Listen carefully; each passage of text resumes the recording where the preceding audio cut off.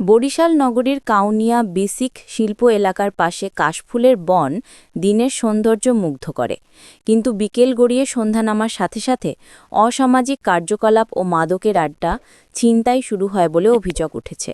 প্রকৃতির সৌন্দর্য উপভোগ করতে পরিবার ও সাধারণ মানুষ সেখানে গেলেও সন্ধ্যার পর পুরো পরিবেশ বদলে যায়।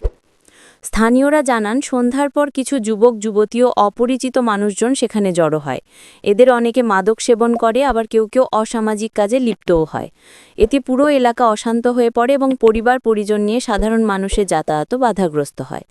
স্থানীয় রাব্বি খান বলেন, আমরা চাই সুন্দর প্রাকৃতিক পরিবেশ সবাই উপভোগ করুক, কিন্তু সন্ধ্যার পর এখানে যা হয় তাতে আমরা বিব্রত হই, আমাদের সন্তানদের নিয়েও চিন্তায় থাকি।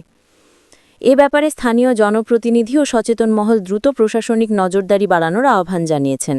তাদের মতে, কাশফুল বনের সৌন্দর্য রক্ষায় নিয়মিত পুলিশ টহল এবং সচেতনতা কার্যক্রম চালানো জরুরি। এ বিষয়ে কাউনিয়া থানার ভারপ্রাপ্ত কর্মকর্তা ওসি নাজমুল নিশাত বলেন, মাঝে মধ্যে আমরা অভিযান পরিচালনা করি, আমাদের একটি টিম সার্বক্ষণিক নজরদারি করে। কোনো সুনির্দিষ্ট অভিযোগ পেলে সাথে সাথে অভিযান পরিচালনা করব।